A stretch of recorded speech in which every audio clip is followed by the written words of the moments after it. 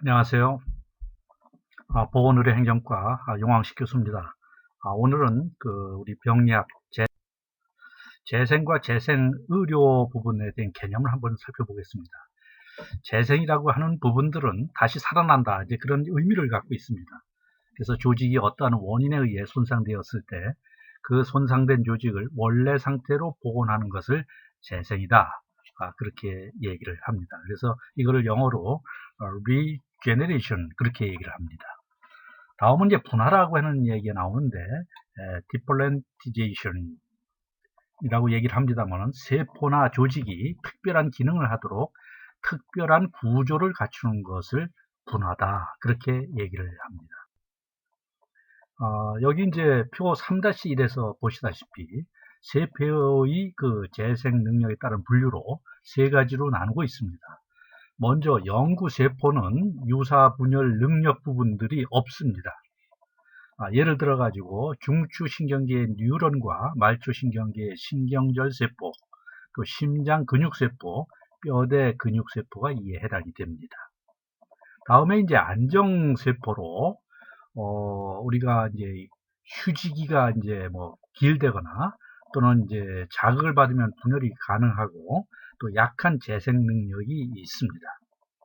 근데 이게 안정세포는 샘 조직으로 구성된 이제 간이나 콩팥이나 이자의 실질세포가 여기에 해당이 되고, 섬유세포, 민무늬 근육세포, 뼈 모세포, 연골모세포의 중간엽 세포가 이에 해당이 됩니다.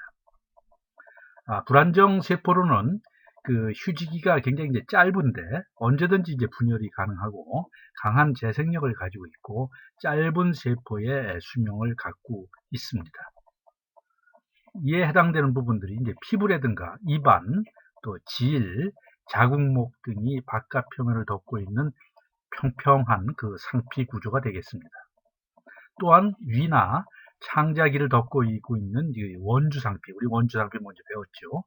원기둥식으로 되어 있어 가지고 겉부분을 이렇게 둘러싸고 있는 상피 조직입니다. 비뇨계통을 덮고 있는 이행상피 세포, 조혈기관의 혈구세포가 이에 해당이 됩니다. 조혈기관이라고 하는 것은 피를 만들어주는 그런 장기를 우리가 조혈기관이다, 그렇게 얘기를 합니다. 이 재생과 화생 부분들을 이 그림으로 나타냈습니다.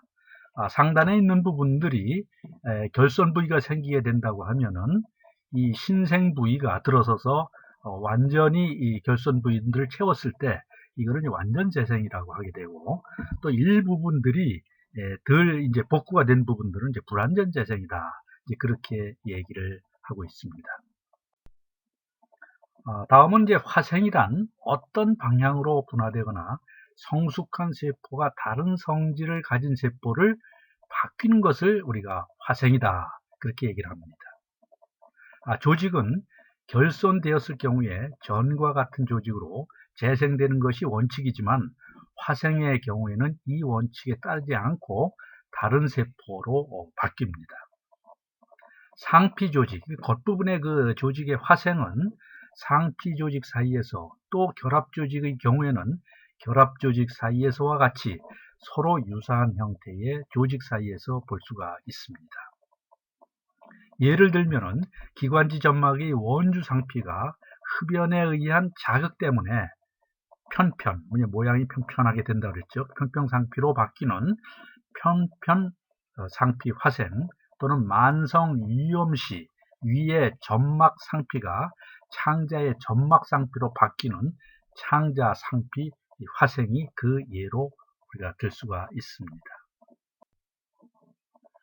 우리가 이제 상처가 나는 부분들 이제 창상이다, 이제 운드 이렇게 얘기를 합니다만은, 외부의 어떤 부상에 의해 가지고 조직이 결손되는 부분들을 우리가 상처가 났다, 상처다, 그렇게 얘기를 합니다.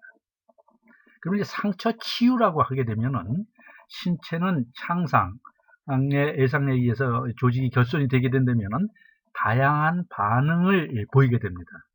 그게 이제 염증이 일어난다거나 조직이 증식이 된다거나 이런 부분을 통해 가지고 상처를 치유하려고 하는 그러한 일들이 생기게 됩니다. 다음에 이제 육아조직인데요. 상처에서 새로 돋아나고 이제 붉고 부드러운 조직으로 큰 포식세포나 백혈구 등의 염증세포가 출현해서 괴사된 세포나 세균 등을 처리를 하게 됩니다. 이런 부분들을 우리가 육아조직이다 그렇게 얘기를 하게 되는데, 여러분들을 아마 그 상처가 있을 때 처음에 이제 상처가 불굴에 죽죽하게 되면서 새살이 돋아오는 부분들, 이런 부분을 우리가 육아조직이다 그렇게 얘기를 합니다. 그래서 이 육아조직의 이런 부분들을 우리가 현명으로 보게 된다고 하면은 우리 좌측 상단에 이제 염증세포가 이렇게 보이게 되고요. 또 모세혈관도 보이게 되고 악여원 섬유도 보이게 되고 섬유모세포도 보이게 됩니다. 또 오른쪽에 그림을 보게 된다면 신생된 모세혈관과 또 섬유모세포가 증식되는 부분들을 우리가 이렇게 볼 수가 있습니다. 이런 과정을 통해서 육아조직이 형성이 되는 겁니다. 상처 치유는 세 가지 시기로 나누어집니다. 첫 번째 삼출기로서 상처 부위에 응혈이라고 하는 건 피가 모이는 걸 응혈이라고, 괴사조직에 대해 백혈구 등의 염증세포가 이제 반응이 시작이 됩니다. 처음에. 그 다음에는 이제 육아조직이 이렇게 형성이 되는 부분들을 증식기. 그 다음에 이제 육아조직이 어느 정도 이게 꾸덕꾸덕 해가지고 이렇게 좀 자리를 잡게 되게 되면서 이제 흉터가 이렇게 되게 되는데, 이런 부분들을 흉터 형성기, 그렇게 해서 이제 상처가 치유가 됩니다. 여기 이제 그림 3-3에서 이제 상처 치유 부분들을 그림으로 이렇게 나타냈습니다. 1차 유압이라고 하는 거는 피부나 근육이 암으로 붙는 거를 이제 유압이라고 합니다. 그래서 이제 표피가 이렇게 갈라졌다가 소량의 육아조직이 나오게 되면서 봉합이 되게 되면서 거의 흉터를 남기지 않게 되죠. 그 다음에 이제 두 번째로 봤을 때는 이제 이 부분들이 이제 상처가 굉장히 컸을 때 대량의 육아조직이 형성이 되면서 또 이제 그 표피가 이제 수축이 되면서 재생이 돼서 흉터를 남기고 이렇게 수축을 해서 이렇게 나타나는 부분들을 우리가 여러분들 다쳐본 사람이라면 누구든지 다 알 수 있는 그런 부분들입니다. 골절, 이제 골절이라고 하는 것은 뼈가 부러진 부분들을 골절이라고 하게 되는데, 이럴 때 이제 상처 치유하는 방법으로 골절 시에는 골절에 의해 생긴 골절단, 이게 뼈가 부러진 맨 가장자리 부분들을 골절단이라고 하게 되는데, 여기에 혈종이 형성이 됩니다. 혈종이라고 하는 거는 우리가 혈액이 이렇게 개어 있는 부분들을 혈종이라고 얘기를 합니다. 그 다음에 두 번째로 주위 뼈막, 골막이라고 합니다만은, 여기에서 섬유모세포가 이제 증식을 해가지고 육아조직과 유사한 애벌뼈, 이제 애벌뼈라고 하는 거는 뼈는 뼈대 이제 처음으로 만들어지는 그러한 뼈입니다. 이런 뼈가 만들어지고 골절단의 혈종과 이렇게 대체가 되도록 되어 있습니다. 그 다음에 섬유조직인 애벌뼈의 석회화 현상이 일어나는 부분들이죠. 우리 뼈가 이제 나이가 먹게 되면은 석회질로 변하게 됩니다만은, 여기에 이제 석회화 현상이 일어나가지고 뼈 조직으로 바뀌게 됩니다. 그 다음에 이제 애벌뼈에 의해 양쪽 뼈 끝이 연결되기까지는 약 6주 정도가 필요로 하게 됩니다. 그래서 다시 이제 수개월이 지나 원래와 같은 뼈 조직으로 이제 되게 되고, 한 6주 정도는 우리가 이제 캐스팅, 석고 보도를 하고 이제 기다리는 경우들이 통상 많이 있습니다. 다음에는 이제 그림 3-4에서 골절의 치유 부분들을 이렇게 이제 도식화해서 나타나는 부분들입니다. 다음은 이제 상처 치유를 지연시키는 이제 인자들이 있습니다. 고령, 나이가 먹었거나 영양결핍됐거나 어떤 그 조직에 이제 감염이 됐거나 이랬을 때 상처가 안정이 되지를 못해서 상처 치유가 지연이 되고 있습니다. 또한 부신, 겉질 호르몬, 여러분들 부신 피질 호르몬이라고 배운 분들도 있겠지만은, 이제 이런 걸 갖다가 이제 투여를 했다든지, 당뇨병이 이제 합병증이 일어났다든지, 큰 혈종이라든가 괴사 조직이 있는 경우에는 상처가 잘 낫지를 않습니다. 여러분 주변에서 당뇨병 환자 부분들이 어디가 이제 상처가 나면은 잘 낫지 않는 부분들을 우리가 봤을 겁니다. 상처 치유에 이게 이제 나쁜 영향을 주는 인자를 여러분들이 표로 이렇게 해놨습니다. 국소 요인, 이제 한쪽 어느 부분에 이제 이런 부분이 있을 때는 이제 이게 감염이라든가 허혈이라고 하는 거는 피가 모자란다라고 하는 뜻이거든요. 피가 모자라는데 이제 피가 공급이 이제 안 좋은 상태죠. 그러면 이물질이 존재하든지 괴사 조직이 존재한다든지 손상 부위에 얘가 이제 손상 부위가 자꾸 움직인다.